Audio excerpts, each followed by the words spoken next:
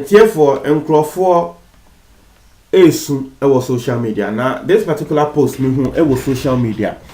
Now I've not really gotten more information on this, but the entire major story on this ne say and then assembly and now no metiye just say and no airco album. Now answer the better us on the subscribe and click the notification bell on so.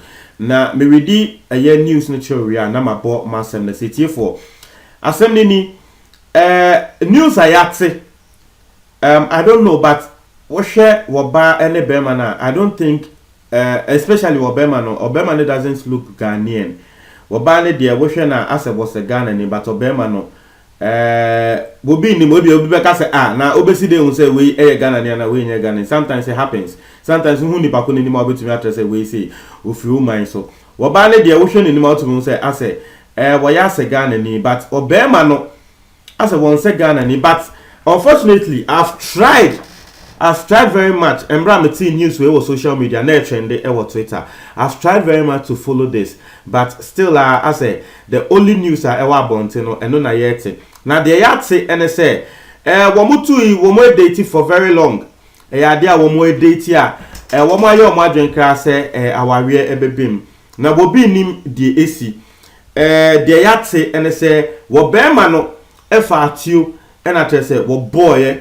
Obani trim ena wokun obana instantly na wokun obana instantly no ena wobema no wasanso ditio esi wono aso ena wokun wono ane ho na etiefo eya rehosem pa ene story bi ewo Ghana ha se ya yepe na meka sa story no me boss story ne so na munia mu ehu de eko say this year na etiefo de yete ene say the neighbors of these particular people, no, because not more to one place, what you say. When neighbors, they yet say and they say, one say, what Berman as a kasa, but almost still woman to me on bar assembly. So, say, be another banner person who jai Berman and a Berman the before Bonitu said, then you we can't tell, but the neighbors neck and they say, the almost say, and they say, a kasa apostle, a war, omufie. Na womote gunshot no womote first gunshot na womu nia pie se womu rashi akofie ho na womutu mrika ekofie ho no na womu hu ye se nkrofu tui womu ewu because womutu mrika womu na nkwan so ekofie ho no na chese womu sante second gunshot womu koe no na etuo no eda bema ne nchen a woba no so yabo ne tu abema no so yabo ne tu na chese bema no wo remu no o rafie nim no na wo ball ba ne tio o wie na wo ball won ankasa nso ne hu tio na me pese me read post bia wo bia wo ye na danfo wo de ebeto eye social media na eno na amankofo bebre react a amankofo bebre kasa afasa asemwe ho na danfo ne try and say her boyfriend killed her last night. He shot her then shot himself. Why?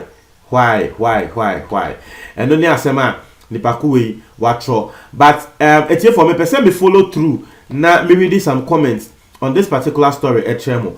Because asema say na be din ka tell no ye die tue ye person ye share baby asem we see ye person ye share na ye share baby asem we see ye say but I don't know, it has happened in Ghana before and no any story and me person me the bro I think some kaya. It was earlier this year. And I made this story in the Bremo. Say Bibisa Esi Wagana. But no, it had a different twist to it. And I just want to read some Yebeka saying some comments on this. Na yeshe in Semnimuye, and then we get to see more of what actually happened. Or we get to know more of what actually happened. Because any meeting can tell no. My try and idea. Mankana meboa ma try pa say aseno medie cheye but still say okay I think I have some more information here. Yes say oba ne din the piece no yes say oba ne din the Intanga. Okay, yabo ne din say Intanga ne de say tell say enye Ghana. Yabo ne din say Intanga na say tell say enye Ghana. Now still people are commenting on this. People are very commenting on this. Now me person me read this, and me dig at me person me read the comments no. Na ye ni ayehwe the echo. MCC will be memu haya. I think South Africa. Okay, South Africa. So it happened in South Africa. Now, Mosha, the Nkrofo Eka and they say stop gender balance, stop gender-based violence. And then the Asema will be can stop gender-based violence. Intino, Nkrofo bebre bisa say we esi we. I say you know this thing come from upbringing. Treat her right. If you fail, let her go. Other man will do their best. Now we don't know the motive. Into Washa, Nkrofo bebre just and enough for crano extra social media. Me media mouse is here. One more crowd, one moon the entire branch and woye bibisa. But Asema will be can say, Umpe wabana jai no manenko.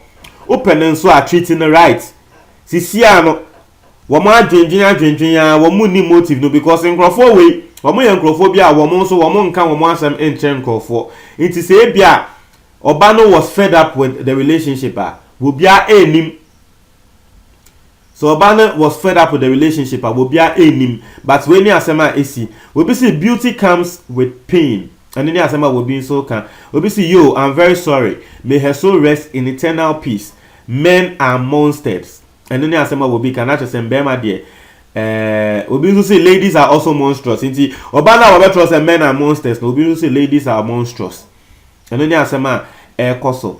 Na we be say I am so tired of men. Inti no what shall comment kwa. People are taking this on men. Inti no it is a perfect case study for us.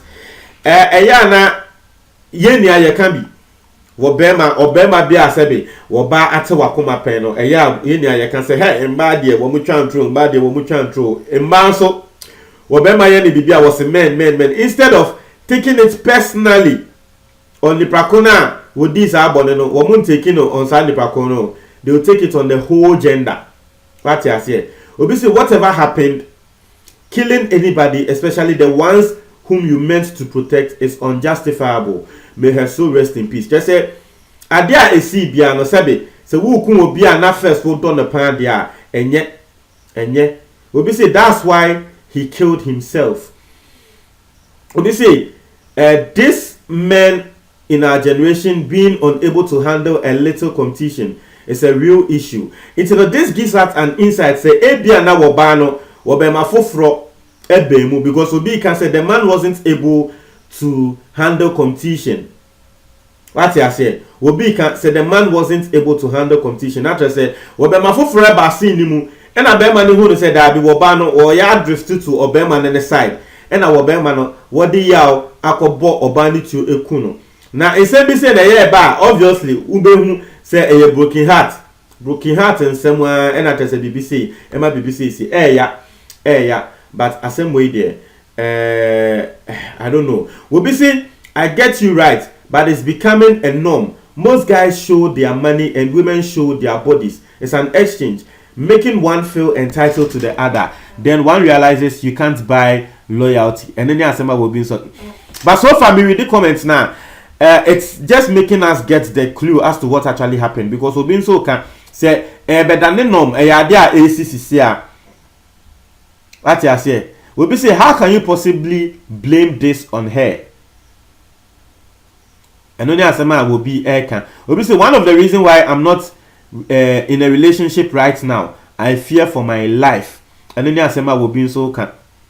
That's I say. We'll be say, I don't fear being killed by a man because some already killed a part of me that I cannot recover. I am scared of them because I am not sure if I am next.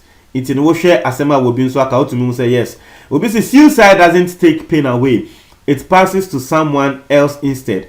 When should let go of their loved ones if they feel they are no longer appreciated. It hurts, I know, but try to be a man enough to let go of her. May her soul rest easy. Into Asem will be in so air can. Send your reading can channel. Reading comments. Say my ba ebe reading comment. But reading comments no clearly. Woman can story and they say but to share send your air coswa say a lot of people are reacting to this could see the point where even some Ghanaian celebrities are even reacting to this story. And no nama major story no because me who say Ghanaian bloggers air throw about this story, Ghanaian celebrities air throw about this story no. Now I say esi Ghana. But you can read this story no you who say esi was South Africa. Now I am ɛyɛ ahwɛhosɛm a ɛsi. But even though nkurɔfoɔ ambɔ what happened in particular no obiara ɛka sɛ akɔyɛ sɛ broken heart nsɛm bɛn mu wɔ bɛma foforɔ ba scene mu ɛna kyerɛ sɛ wɔ bɛrima no wɔntumi nkeepi competition tight ɛna kyerɛ sɛ asɛ wɔbaa ne yɛ gyae no ɛna wɔ bɛrima no wakɔbɔ ɔbaa ne tuo eku no ɛɛya na de bia meka sɛ broken heart deɛ ɛde depression na ɛba na woyɛ depressed a you don't need to take actions like this ɛyɛ awerɛhosɛm but if ɔmo nkyerɛ mo adwene ɛwɔ comment box ni mu mɛda ase.